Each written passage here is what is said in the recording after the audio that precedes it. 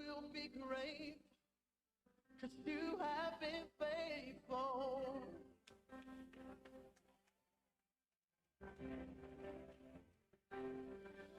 I will be great, 'cause you have been faithful. Yes, you have. I will be great. Yes, you have been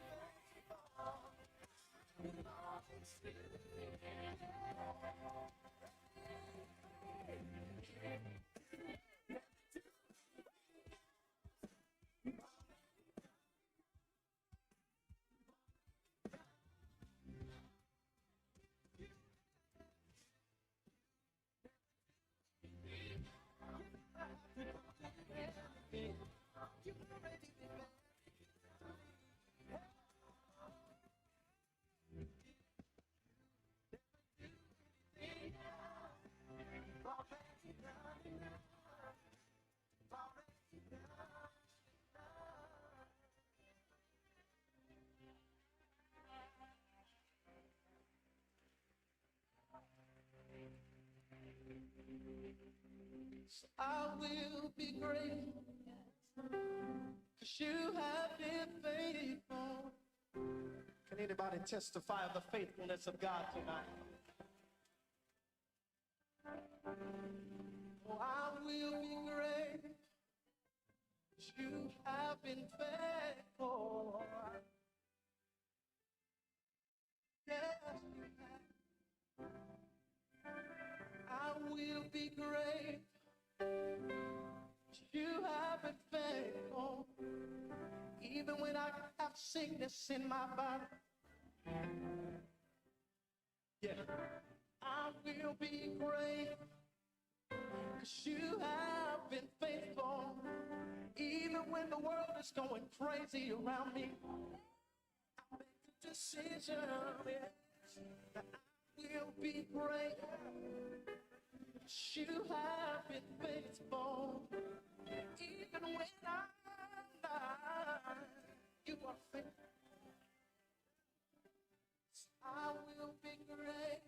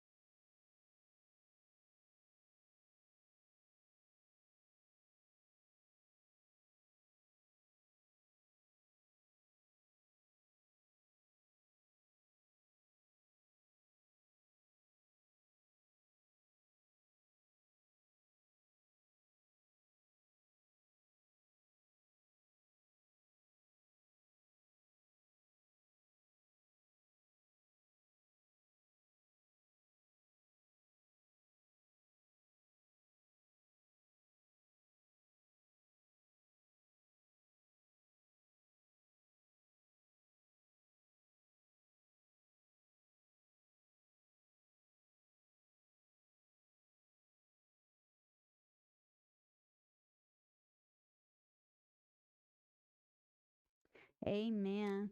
You guys can be seated. We'll get started tonight. I was looking over the last year's worth of Bible study. And believe it or not, last January, I believe it was, we started in 1 Samuel. That has been a whole long way over the last year. But we have covered the lives of kings and prophets and priests and the fall of the nation and the beginning of the kingdom. And so we've covered a lot. We've covered the foundation of who Jesus is and where he came from based on the foundation stones of his ancestry. That is important because nothing in the Bible is there on accident. Nothing is a mistake. Everything leads up to something else. And so I was looking into the next set of directions. And I don't know if you guys noticed this or not, but it's November. Did that sneak up on anybody? It snuck up on me. I got to tell you, it snuck up on me. And I started looking at my calendar, and I think my calendar is stuck in fast forward. I'm still waiting on the cold weather, but I feel like tomorrow is Christmas Day. Anybody else with me there? Okay. So in the process of trying to schedule out my futile attempt at scheduling out the rest of my year, looking at what can I learn from this season. How many of you know the Christmas story like really well? Yeah? Like you can tell it? Carol, maybe Sarah? Okay. How many of you guys think that you have a good understanding of why we do what we do at Christmas time? Yeah? What do you think? Yeah. Okay, so let's test that. Everybody get a pen? All right, I'm going to read some questionnaires. And these are all true or false. Anything deep? Not really a trick question? Not really. Not really. But it's just critical thinking. If not anything, I'm not going to grade you. You don't have to hand these back into me. But it's just kind of a conversation starter. Let's look at it that way.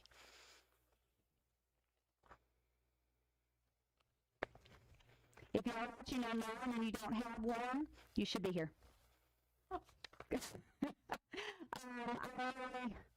I will be able to put up a copy of one in the, what's on? I will be able to put one up in the comments on the live feed. Oh, I forgot.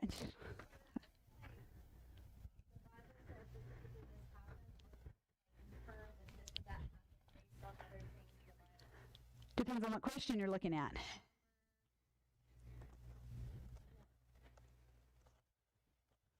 That's a true or false question.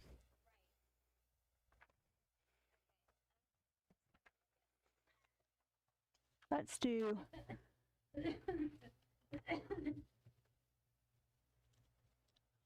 Oh, it folded. Just in case one of our church peoples are watching and they want to follow along with us. There it is. Hope you're fast. Okay. I'll give you just a few minutes to go over those. For people, question 1 is, the Bible says that Jesus was born in December. Is that true or false? Question 2 is, Jesus was not born in 0 AD. True or false? Question 3 is, we were told that Mary rode in Bethlehem on a donkey. True or false? Question 4, Jesus was circumcised on the 8th day of life. True or false? Question 5, early Christians celebrated the birth of Christ. True or false? Question 6, the blind animals miraculously spoke the night of Jesus' birth. Was that true or false? 7 is, Joseph was not the father of Jesus. True or false? 8, Jesus always celebrated his birthday. True or false? Micah foretold that Jesus would be born in Bethlehem. True or false? Jesus told people to remember his birthday. True or false? The angels told the shepherds that they would worship the baby Jesus. Or they should worship baby Jesus. True or false? The angels said peace on earth to all men. The wise men were present at the birth site of Jesus. We are told that the angels sang at the announcement of Jesus' birth. The Bible tells us that 3 kings riding on camels visited Jesus. Mary gave birth on the night she arrived in Bethlehem. The star led the wise men straight to Jesus. The tradition of giving presents at Christmas came from the wise men presenting gifts. And December 25th was originally the date of a Roman festival. True or false?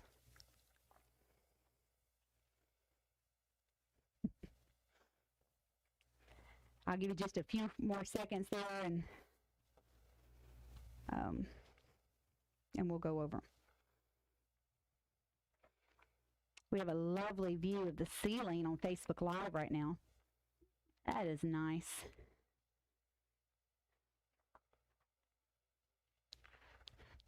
It's okay. It's just the way the camera does. The Samsung thing. Bless it. So believe it or not, I really do have an agenda. I have a point and I have a reason. So if I crush anyone's hopes and dreams tonight and childhood memories, it's for a reason, I promise. Absolutely. I was listening to a gentleman today, and he was talking about different Christmas carols, and he said, Rudolph, the red-nosed reindeer, kind of sounds German, doesn't it? Rudolph. He said, might as well be Adolf. Think about that. It might as well be Adolf, the red-nosed reindeer. I mean, he was like, it's not Jewish. I'm not sure where Rudolph came from. He's like, we 3 kings of who are they? What, huh? Okay. All right, we're done? Pastor, you done? Okay. We'll hold on him. Hold on. He's thinking too deeply, and he's probably putting paragraphs of rebuttals under his answer. Technically, yeah. According to historical documents, that was the cop-out when we were in college. According to history. All right. So, just to kind of set my stage here. Have you guys ever been in a Christmas play or seen a Christmas drama with the birth of Jesus being portrayed? If you've been here for any amount of years, you have. With Herod the king and the wise men and the Mary and Joseph and the baby and some poor child with tinsel in their hair that's pretending to be an angel. Peace on earth.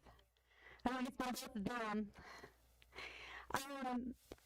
The problem is that the birth of Christ has been told and retold and acted out and portrayed in so many different ways, so many times, that it's really become distorted. And I had an illustration that I was going to do, but I didn't set it up, and so we're not going to do it. Oh, man, but it'd be fun. No, I won't do it. I'll save it for another time. There are misconceptions that happen with Christmas. And so every time we go through something that has importance, it's good to go back and test it against the Word of God.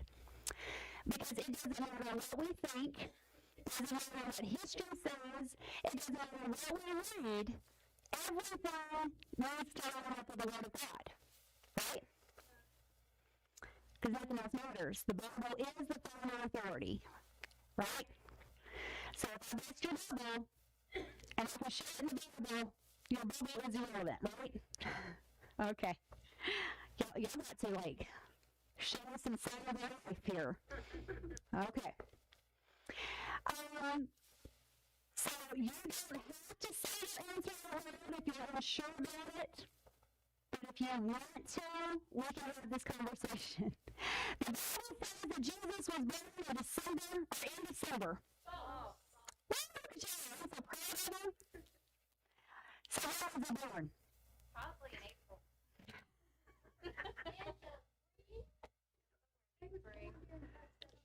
During the taxations in the spring? Okay. Why did he say that? Because Herod took up a tax, and that's why they're in Bethlehem, because that was the city of where David was born, and their descendants. April 15th, is that what you said, tax day? That's hilarious. Took up a census. Oh, Common Sense tells us that he was born on April 15th for tax day. Obviously. That's the Gregorian calendar. So what is very interesting about that is that the 1st of April is probably accurate. Because not really didn't have anything to do with taxes, but it did have to do with the one clue that we find in Luke chapter 2, verse 7. It says, and she brought forth her firstborn son, and she wrapped him in swaddling clothes, and she laid him in a manger because there was no room for him in the inn. And that's the wrong verse that I just read. That's really interesting. No, I think it's the next verse. Anyway, look at that for a minute. It's the one that talks about the shepherds on the hillside keeping watch over their sheep by night, their flock by night. So somebody tell me the right verse on that because I put the wrong. Yeah, but it's not verse 7, which I put, or I copied the wrong verse. One or the other. So anyway. But she had a baby, she wrapped him in swaddling clothes, she laid him in a manger, but then there were shepherds who were keeping watch over the flocks at night. So that kind of tells you a little bit something. I didn't know this. I had to learn this. But unlike rabbits that can have babies every other week, or babies, lambs generally are born once a year in a lambing season. Isn't that cool? Did you know there was a lambing season? So sheep generally breed in the fall. They're pregnant for 5 months and they have their babies in the spring. They generally also have them. Now, there are situations where they have 2 sets, but generally speaking, especially in a place where they have shepherds and those things are somewhat controlled, they only have baby lambs in the springtime. So that is the only reason why a shepherd would be out on the hillside keeping watch over their sheep by night is because you don't want a bunch of sheep to go into labor in a cramped pen with other animals in the middle of the night. And so you get them out and you let them graze on the hillside so they can be watched and have the babies out in the fresh air. So we know that it had to be a time when shepherds would have had their sheep out in the hillside, and that would have been in the spring. Now, we can go into that and talk about when in the spring that was. Pastor mentioned the Gregorian calendar. The Hebrew calendar puts the first day of the year, the month of Nisan, right there, what we would call April. That was the birth of new things. That was the beginning of new things. Old things are passed away. That would have been a great time for a lamb to be born that was going to take away the sins of the world, especially considering it was the Passover lamb and it was lambing season. And it would have had to be a year old in Passover, which is also in April. So to be a year old from your birth, you would have been born in April, about a year old in April. So, anyway. It's just so many things. So our concept of December, that's very interesting. Why do we celebrate Christmas in December? And this isn't actually in there, but does anybody know what Christmas means? Ever thought about where we got that word or where it came from, why we say it? It is. That's Christ. That was actually my first thought. Mass is Spanish for more. It has nothing to do with the word, though. But if you think about how a lot of global Christianity began, there was a particular church name called Mass.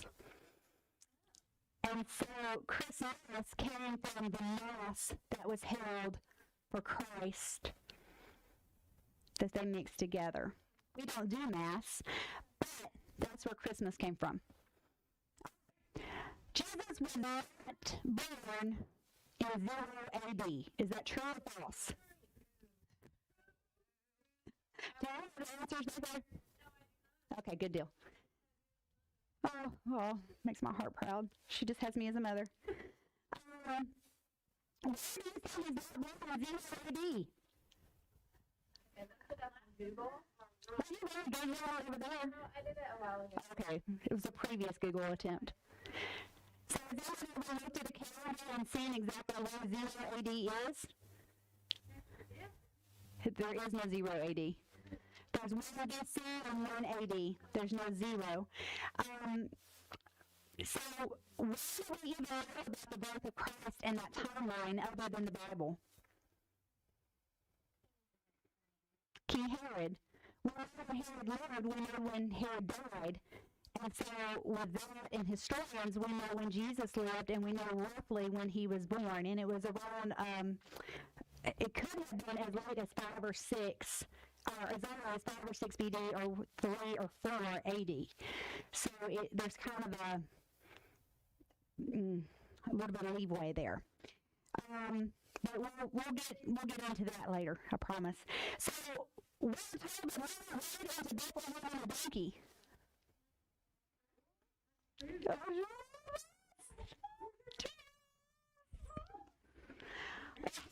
true, after all, there's like a whole cartoon called Smiling. You know, the little donkey, right? And there's the legend of the donkey that's got the cross on his back because he carried Mary into, you know, it's all made up. Every bit of it. But she's pregnant. That's what she needs to be. So, I'm trying to find a depiction of Mary and Joseph going on to Bethlehem without a donkey, and I could not find one. Okay. There have been so many stories written, even from a donkey's point of view, of taking that poor pregnant woman into the city. And did you notice she's 9 months every time? Every time she is like already on the labor plans when they go through the city gates. Every time. All loaded up. That's a good story. I know all about telling something from the animal's point of view. Now, the truth is, she very likely could have gone on a donkey. She could have also gone on a mule or a camel. She could have had a dumb little plug following beside her. We don't know. It's the same thing. We don't know. But the point is, do you see how many things revolve around the assumption that she rode on a donkey? Heard stories about how she probably went into labor prematurely because she was jostled around on the donkey. The donkey wasn't even in the story. So when we start talking about making assumptions, that's one of them. And it may not be that big of a deal by itself. No donkey. Or if there was, we're not talking about it, so it's not important. The Bible only says that she came with Joseph. So, he was the only representation. Jesus was circumcised in the 8th day of life. Is that true or false? That's true. That's important, and we'll cover why. But he was a Jew, so that had to happen. That was the ceremony. He didn't even have a name legally until that day. That is the day when everything was official. That was the day when God was at its highest level in his little body. Minor little, add that in. Because God knows what he's doing. Yep. But question 5, early Christians celebrated the birth of Jesus. Oh. Absolutely false. So what are the apostolic? No, I'm kidding. There's no mention at all that either the apostles or early Christians, and I'm talking about early Christians as in the book of Acts.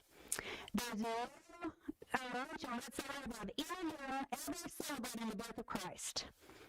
Why not? In fact, there is no trace of on celebrating the birth of Christ until 336 AD. That would have been during that time. Yeah. And that's actually when St. Nicholas shows up and gets into a fight and punches somebody. It's a great story. The Council of Nicaea. It really is. It's pretty cool. Question number 6. The born animals miraculously spoke the night Jesus was born. Yeah, that one was. However, if you think about a snake talking to Eve and a donkey talking to Balaam, it's not a far stretch in our imagination, except it didn't happen. Didn't happen. Wouldn't that be weird? You got a leaf over there with a candle. I mean, a lamb over there with a camel, and he's like just swaying, you know. I can't even.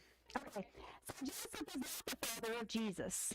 True or false? Well, yeah. Okay. An apocryphal asked, so, yeah, like, who raised him or who helped? Are you talking about the burden? It depends. If it's from, like, who helped, he's not the father. Well, in the end, Jesus, or, yes, he's always the father. Oh, God raised him, yeah. Joseph raised him. Of all the questions that I thought we might debate, this was not the one. I gotta tell you, I'm surprised. It depends on your definition of father. Are you talking about biological? I mean, in the world we live in today. This is my disclaimer for YouTube, is that this is a very candid conversation tonight. Viewers' discretion is advised. We do not represent any opinions that are being expressed tonight. The views of our audience may or may not be the views of the First United Pentecostal Church organization, whatever. Oh my goodness, this is going to be erased. All right, so then since we're done, 4, 3, 2. Speaking of father, there's a way to be an actual father, and that is to contribute to the gene pool. Joseph did not. There is nothing from the original personage of Joseph. There was nothing from him that contaminated the gene pool.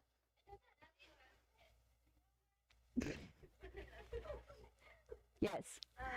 Like, Jesus doesn't ever really refer to Joseph as his father. I mean, like, he is married. There is a part where he says something about his, they'll say, isn't this the carpenter's son? And he said something about no man has father or mother, and it's very deep. I don't remember. And then there's another part.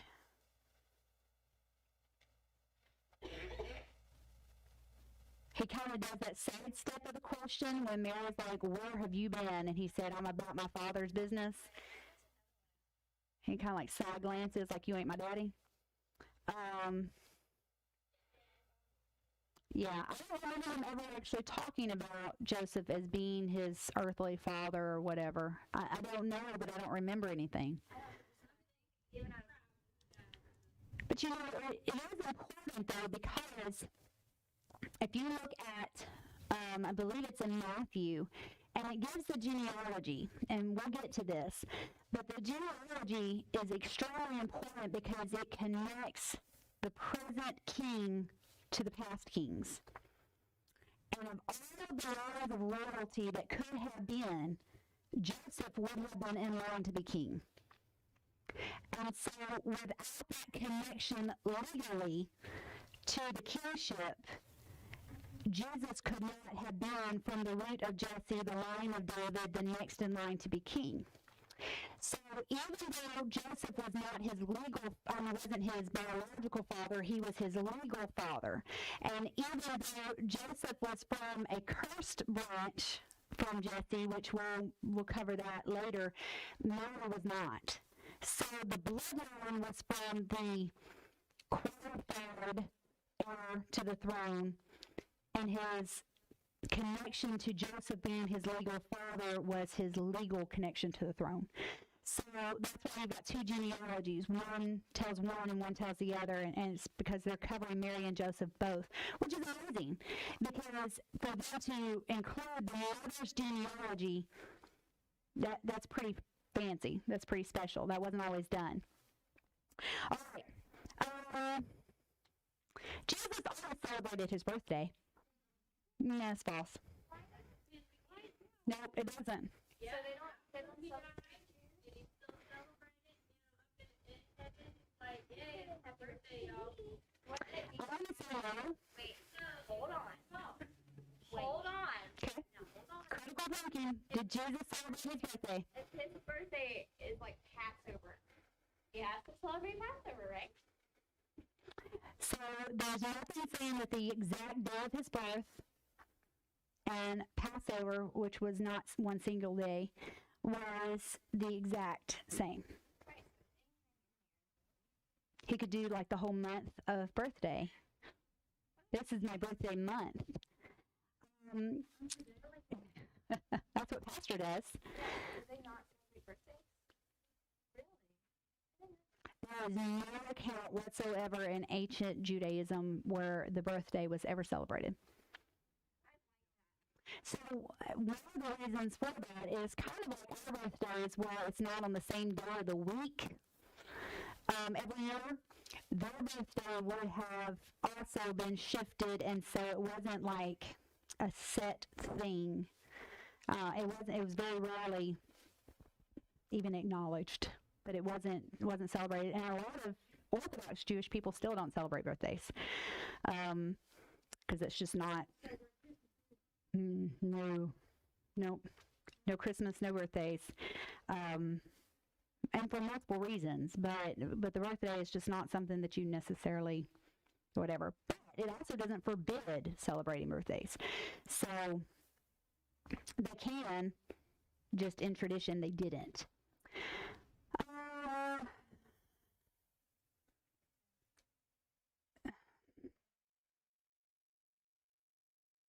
9. Micah foretold that Jesus would be born in Bethlehem. Is that true or false? 500 years before he was born, the prophet Micah, in Micah chapter 5, verse 2, did prophesy and speak of that event. That's why we kind of already answered the question 10. God told people to remember his birthday. Oh. Well, I told you to remember his death. But nowhere does it say that we are to remember his birth. Now, that doesn't take away from the importance of his birth. Okay? But it was very important. I promise. I'm going to pull it back up in just a minute. After I ran all of the memories and everything I know about Christmas, we're going to realize I have a note. Without his birth, his death would have never happened. Right?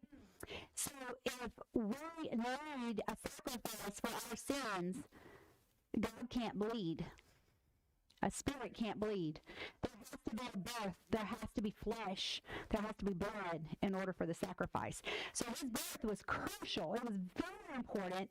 Had to happen, or his death would have never happened.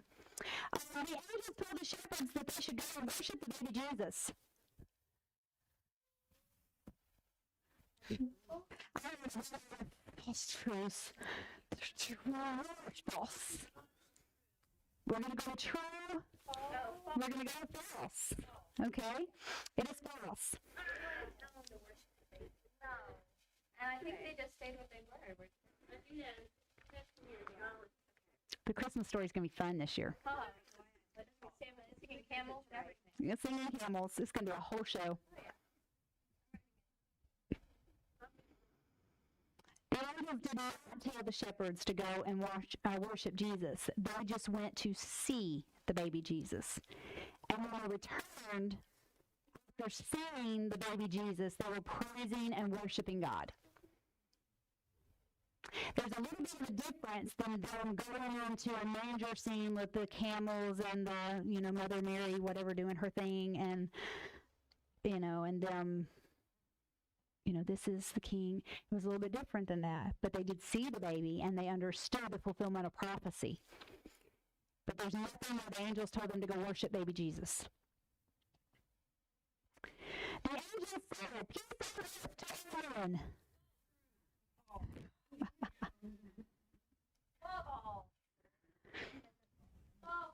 So the verse is Luke chapter 2, verse 14. It says, glory to God in the highest, and on earth peace, goodwill toward men. But it doesn't say peace to all men. It says on earth peace and goodwill toward men. What a difference a karma makes. So the angel actually says on earth peace, goodwill toward men. And the word peace, in a biblical sense, doesn't mean no war, no fighting. It's not how we see it. We think of, what is that one Christmas song that talks about peace? Peace on earth tonight. That one's the one I'm thinking of. It's like the Vienna Boys Choir or something. It's crazy. It's anyway. The idea behind this wasn't actually the absence of war or strife between people like we would think of, but it's actually peace with God. So if you understand that the Jewish people are coming out of 400 years of silence, I mean, have you ever heard somebody give you the silent treatment? They were not in good standing right there with God. Okay? All about nothing. The Ark of the Covenant, it had been living on for several hundred years. There was no spoken word from God for over 400 years. They were not even allowed to say his name. The last high priest, I think it was Simeon, died about 100 years, if I'm not mistaken. We'll get to that. I don't remember exactly, but I think it was about 100 years before the birth of Christ, and he was the last priest to ever speak the name of Yahweh. It was outlawed and replaced with a generic term, Adonai. So the people coming into this, they were just a little bit rejected. They didn't know where their peace was coming from. They didn't know that God had forgotten them. They had hope of becoming Messiah, but they had no evidence. Nothing showing that they could reconcile themselves to God. And so the angels stepped out and they said, peace on earth and goodwill toward men. They're saying something's going to happen that's going to pull you back together with your God. Okay? They don't understand it as, everybody's going to be happy. We're all going to make little rose garlands and we're going to love everybody. They're like, yes, we're going to be able to offer a peace offering, which they didn't know had just been born in the stable. That's where that peace offering came from. Peace offering was just being born at that time and offering a peace with God. So this is a form of the peace on earth. Goodwill actually looks at the Hebrew ratzah, which is often associated with an acceptable sacrifice. So goodwill towards man was you did not hit the mark. Your sacrifices were useless. Your rituals, your stuck in performance mode, what you're doing when you go to the tabernacle is worthless. But an acceptable sacrifice was just born. Now, we'll go into this later, but you've got to understand that these angels are not just proclaiming this to people on the side of the street. They are proclaiming that the acceptable sacrifice was just born in a stable. They're proclaiming that to the people who are in charge of the temple sacrifices. That's the shepherds. They are there to raise the sacrifices that would be used. The lamb born that day would be sacrificed the next year at Passover. But that lamb that was born in the stable on that day was the ultimate atonement for sin. So he wasn't just speaking of, okay, so peace was born in a manger, but it was the only acceptable sacrifice, the blood of the spotless lamb. And that's where we're going for the next 4 weeks. So goodwill toward man actually means reconciliation through the greatest of all days of atonement. That's when Jesus is going to die on the cross. Question 13. The Lord were present at the birth of Jesus. The sight of Jesus, same thing. Whatever. birth site. That's false, true, false, true, false.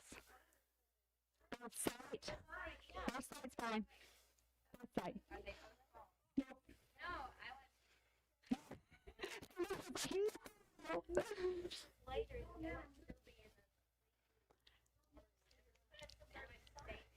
Yeah, they went stay. Okay, so the birth site is the actual location of the birth, not the city, but like it happened right there. Right, but the wise men may have gone to go search. It says they were present at the birth site of Jesus. When Jesus Wise men, magi. So every depiction of the nativity scene has the three kings with their hats and their frankincense and gold. No. But that's what do you have nativity scenes? Does it have three kings? Yeah, I thought they were. Okay, wait a minute. Y'all might not even know how deceived you are. Well, I thought when they perceived them as having all these riches and stuff, they were just saying We three kings of Orient are bearing gifts, we traveled so far. Feeling things and mountain followed the oh, star of wonder, star of night. Did y'all never watch California Raisins? What's wrong with y'all?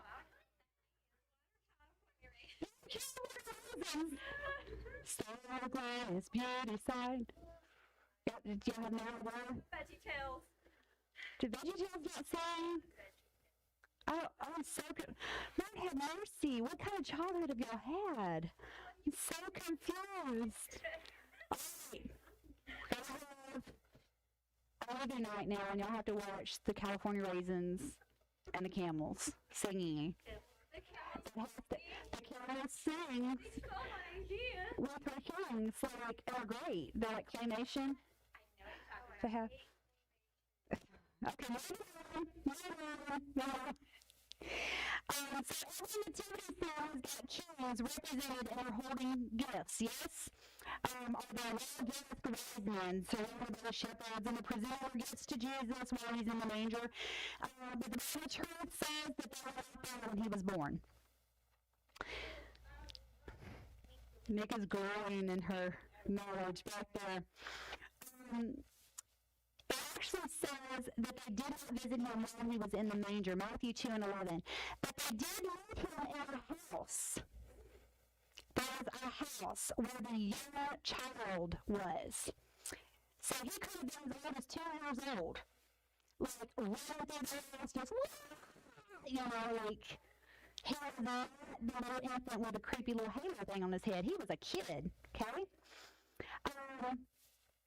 It's possible he was walking, talking, singing, having fun, showing the blocks, whatever. Absolutely, could have been chewing on the box of gold, you know, like shoving the frankincense in his mouth. Maybe like, I mean, it could have happened. He was a baby. He was a little boy. He actually ordered the killing of all children up to the age of 2. It is very possible that he could have been as old as 2 years old whenever that happened, whenever the wise men actually made it to him. Were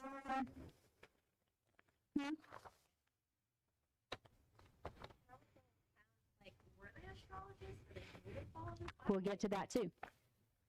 So that's another other questions, I think. So we're told in verse 14, we're told that the angel sounded the announcement of Jesus' birth. No. I don't. So this we've covered before. So anyway, the song, like, hark the herald angels sing. Something a Bible verse would say. That's because there's a song verse that says it, but the song verse is incorrect. There is no mention of music in heaven after the fall of Satan. None. Right. He fell into the sound booth, actually. And The angels fell. What kind of angels? there's pictures of angels singing piano harps and the angel choir. In fact, my favorite songs growing up was I've Got More to Go to Heaven For than I had yesterday. And it started on this weird note, and it was like, angels sing in the choir, angels sing in the choir, I want to hear her sing. And then just not there. No angel choir. Not yet. Not yet. Because one of the reasons why our praise and worship is so important. Because that's what Satan is in charge of. We replaced him. It's also the reason why music is one of the biggest pitfalls. It's always been a sign to bow. You're going to do something. You're going to worship something, and the music indicates where that's going to go. Okay. A whole other thing right there. Question 15. The Bible tells us that 30 camels visited Jesus. False. That is false. There's no mention whatsoever or any indication that they were kings. The Bible does mention Magi coming to see Jesus. Magi was not, well, he was a king, he was an astrologist. Wise man. Just as plural of the word, so we know that there was more than one, but there could have been a whole lot more than three. The reason that we don't think there are three is because there's three gifts mentioned: frankincense, gold, and myrrh. So I assume that there are three, so they all had one thing to hold, and they didn't have to venture their mind into anything else. That was their box. But this is another gift. This was in mind. Here it is.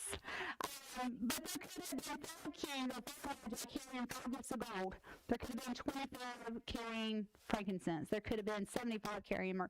We don't know. We don't know. We do know that they were organized, and we do know that they brought those 3 categories of gifts.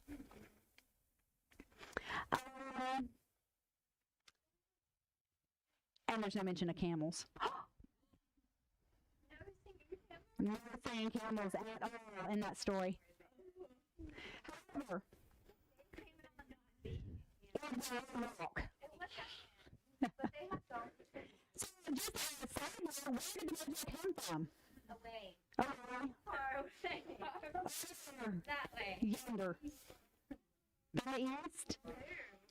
So it's interesting, if you follow the story of the Magi backwards in time, you will see that Daniel, after he survived the lion's den, and Shadrach, Meshach, and Abednego didn't barbecue, and after all of that, Daniel was actually placed in charge of the wise men. So sin was probably planted all those years ago, and all of the prophetic dreams that he had. And he was talking about the end of time, but he was also talking about the birth of the Savior, and the seed was planted many generations before into the wise men, saying that one day our Messiah is going to be born. So if you look at that astrology, there are certain constellations that were known for certain things, and Judea actually had its own constellation. It was pretty well. And so all of that aligns to show the Magi that a king was born on that day or in that time period, and it led them. Mary gave birth on the night she arrived in Bethlehem. After having traveled over the donkey, 9 months pregnant.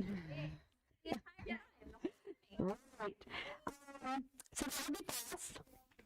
That's fast. The Bible actually says in Luke chapter 2, verse 6, which is where it first belonged earlier, and it says that the days were accomplished that she should be delivered. That means the day was not accomplished when she got there originally. But there, the days finished themselves out. So they were confirmed that at 9 months pregnant, she just skirted into the gates. You know, like the videos show, you know, it's urgency. Got to get in there right now. So before her due date would have made a whole lot more sense. 17, straight to baby Jesus. That is false. It led them first to King Herod. And after that, they saw the star again. And that's when it led them to Jesus. But there are 2 separate sightings of the star, and not continuous. You can see that in Matthew chapter 2, verse 2 and 9. All right. So the tradition of giving presents at Christmas comes from the wise men presenting gifts. Yes or no? I've been told that my entire life. It is false.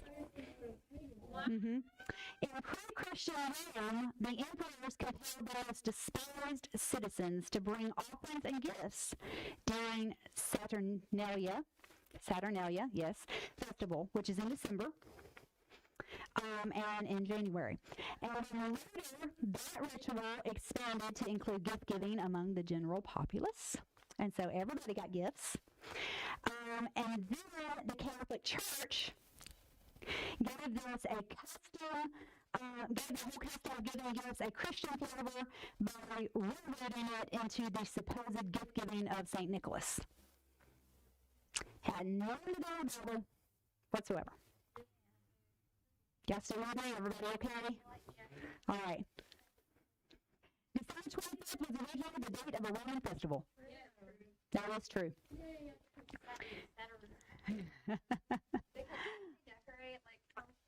There's a lot. So it was the festival day celebrating the annual return of the sun, because apparently it went away. So the 25th of December is the first day that the ancients could rule out that the days were definitely getting longer. It was kind of like the daylight savings time. Yeah.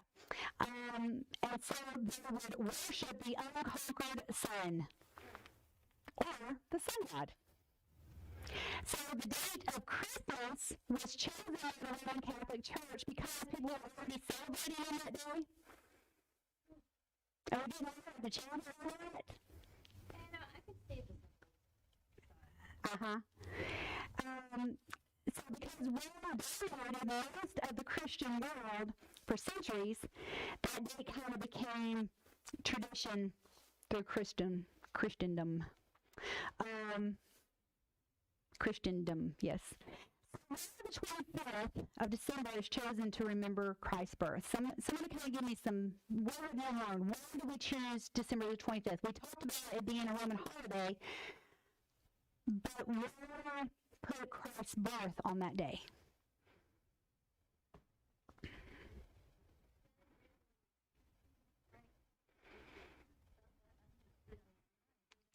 Because it was, okay, the unconquered sun. You have an idea? The arrival of the sun. Okay, I'm going to see that like it's the light is going away, the light's coming.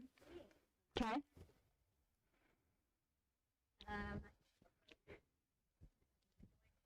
So there's already a pagan festival happening. Right, because what's his name? So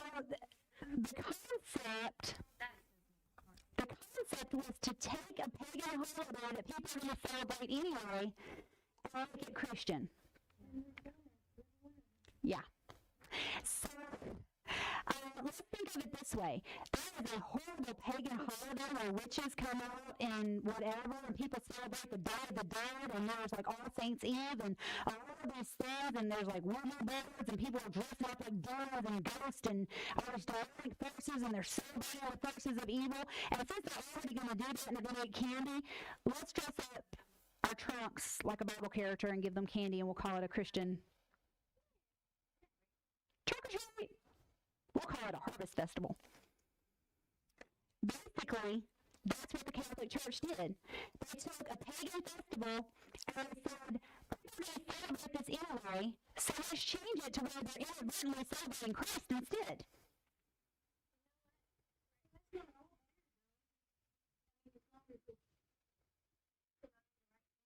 It did shift focus, right? It did shift focus, and it was the problem, I think, and let me give you a disclaimer. Celebrate Christmas how you want to celebrate Christmas. That's not really the point. The point is understanding the background and the roots behind it, so that we focus on Christ and not the holiday. Does that make sense? Now I'm giving me my title slide now because I forgot to tell you earlier. So the church wanted to replace the pagan festival with a Christian holiday. And the reason that it was easier to add a Christian holiday than it was to take away a pagan one. So in summary, Christmas is actually a festival that man created. Why is that important? Okay, so let me just tell you, there are some social media Christians that are like, Christ, back in Christmas. Christ really wasn't in Christmas to start with. That's, where was he? It wasn't something he formed, instituted, decided, planned, commanded. There's nothing wrong with Christmas. But we have to defend our Bible by defending Christmas, the holiday. Does that make sense? It's not in the Bible anywhere. There's a reason why, other than Jesus not being the Messiah to the Jews, there's a reason why they don't celebrate holidays like Christmas. It's deep-rooted in pagan traditions. So the December 25th that we celebrate, it was celebrated in ancient days as the birthday of the unconquerable sun god, also known as Mithra, Saturn, or Baal. You see, if you study Mithra, there is a story of a virgin birth that happened with Mithra, and that god was born on December 25th as the sun god. And so they took this pagan theology and mixed it, and it was the mother of that god that was also a goddess. And so the Catholic Church is built over the Temple of Mithra. And a couple thousand years later, we have a mainstream religion that believes that you should pray to the mother of God. Well, it is so far from a biblical truth that it's just flat out heresy.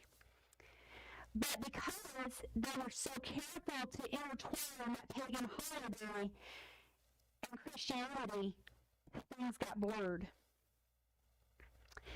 And so the idea of worshiping the dead, also known as praying to saints, got mixed. Offering sacrifices to appease, lighting candles so mother will see our prayer, putting people into a halfway point between hell and heaven, selling absolutions, which is, if you pay your tithes and offerings, then I can get you a get-out-of-hell-free card. Yeah, it happened. Let me sprinkle the baby with water and we'll call them saved. Let's deny the people the ability to read and the ability to have access to the Word of God so they don't question our theology. That's the Dark Ages. The Dark Ages were when people couldn't read. The Christian church did not celebrate Christmas. And in order to win Gentile converts to the Christian faith, the Roman Church, centuries after the apostolic era, 300-something years after the apostles died, they attempted to displace the ancient pagan winter festival of the sun god with another man-made tradition, and they called that Christmas.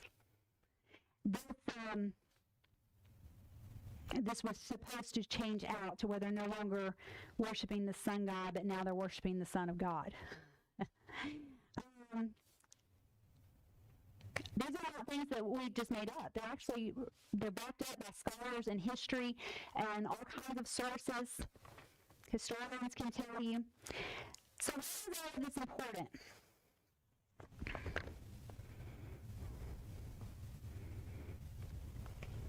You might want to guess.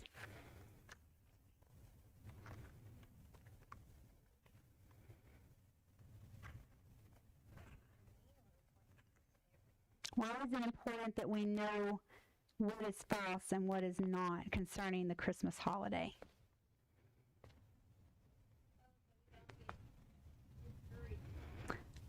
Why would you get discouraged by believing something that is not true?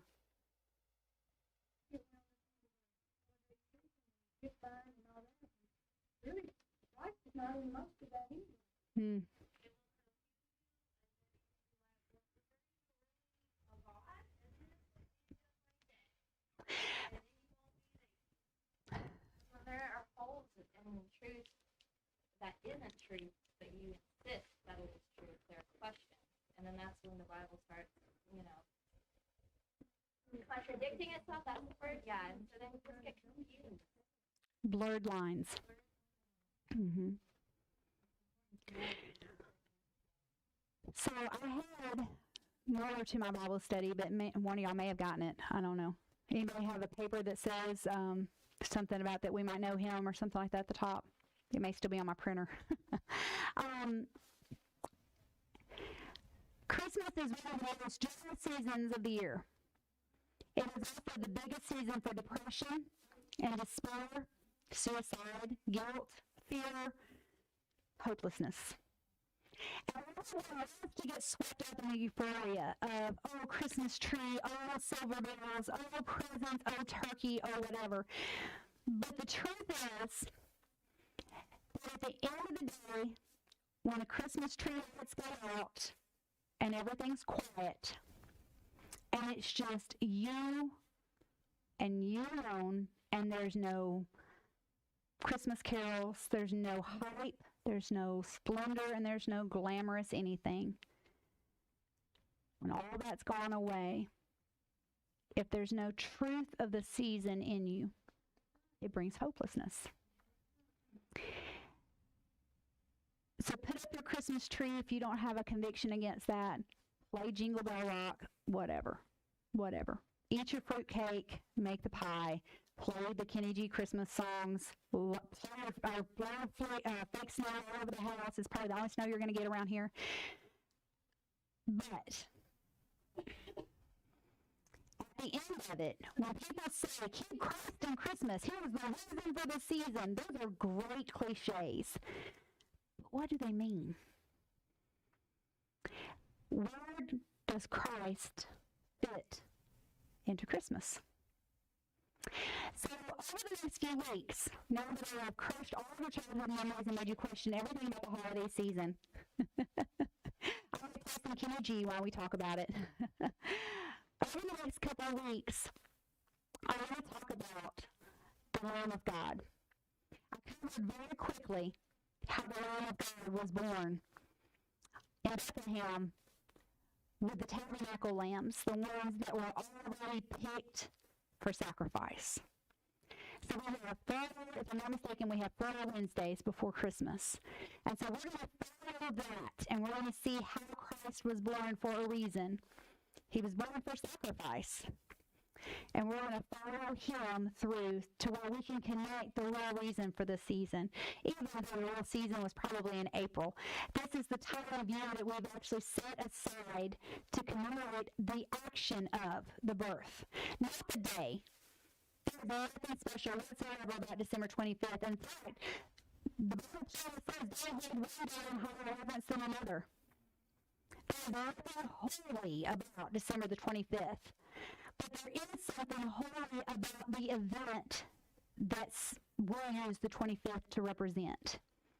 So I'm not telling anybody goes on an anti-Christmas campaign. I hope y'all understand that. Like I said, go play your music, eat your cheesecake, whatever your holiday festivities are. But ultimately, I hope that we can kind of dig into it and find Christ in Christmas.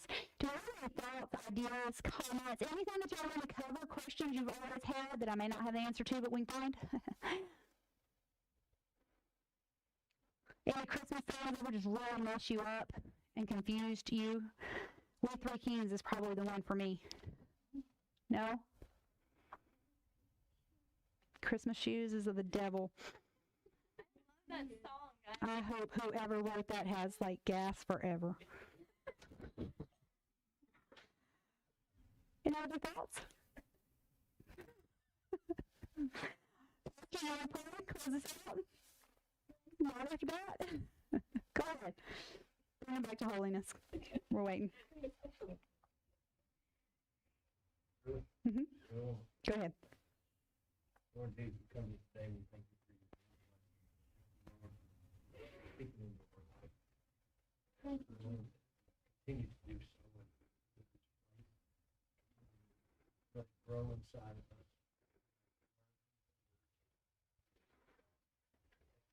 one of us. It was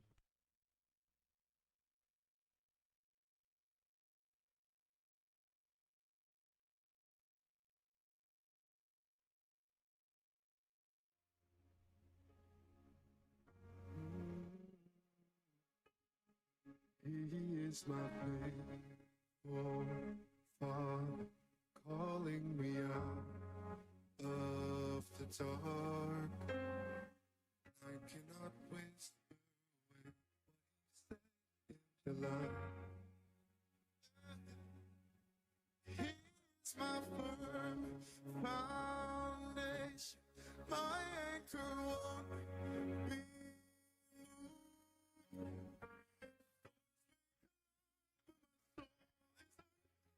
You in YouTube for me and OBS. Say when Before I need to tell you something really quick.